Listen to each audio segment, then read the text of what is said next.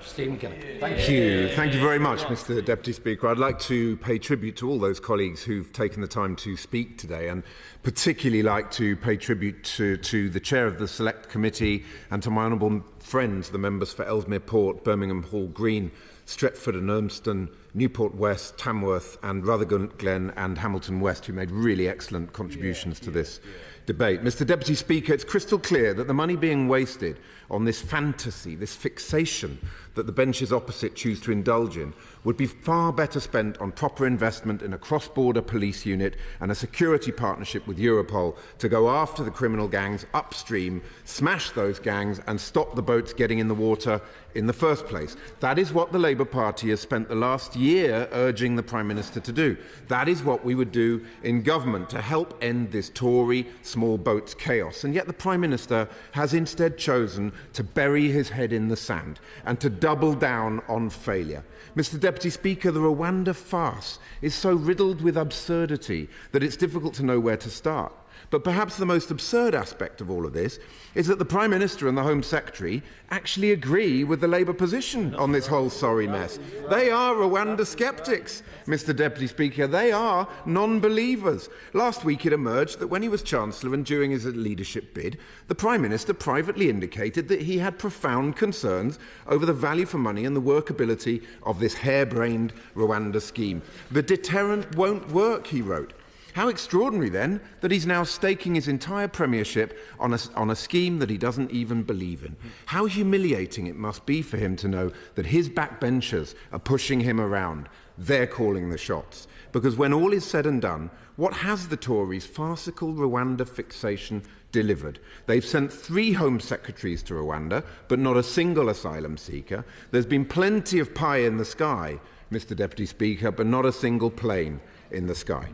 Now, I mentioned earlier the strong contributions from the benches behind me. I was, however, struggling a bit to understand the logic of the Minister's point about the information being requested around the cost of the Rwanda plan being somehow commercially sensitive.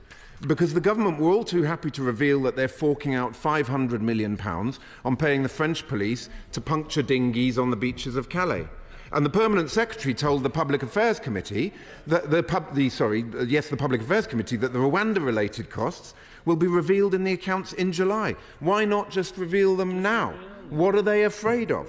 Well, they're clearly terrified of admitting that they're blowing £400 million of taxpayers' money on this failing scheme.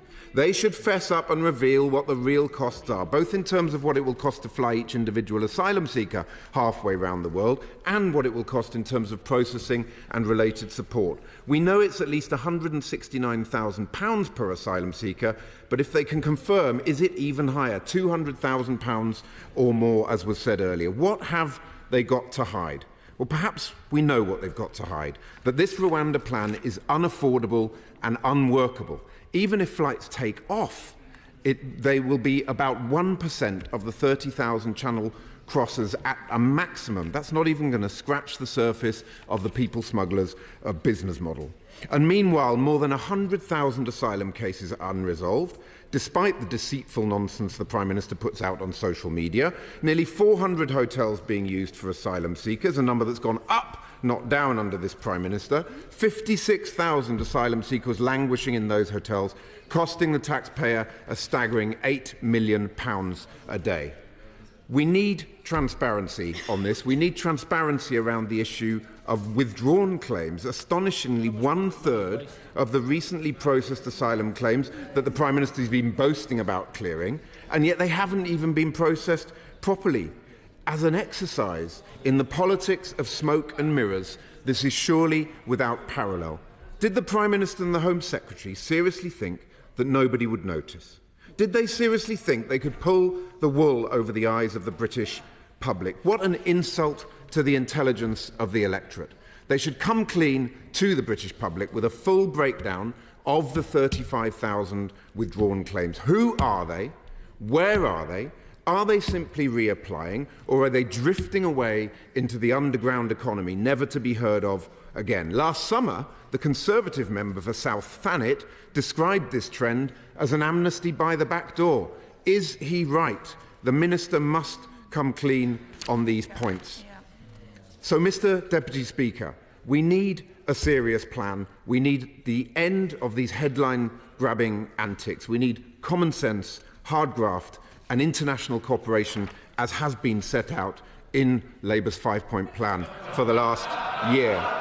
The benches don't like it, opposite, but the fact of the matter is that their plan isn't working. They need to come clean over these costs. They need to clear this backlog, and I'm urging members on all sides of the House to support our humble address today so that we can begin the long road back to recovery. Thank you, Mr. Deputy Speaker. Well done, Steve. Oh, Mr. Deputy Speaker.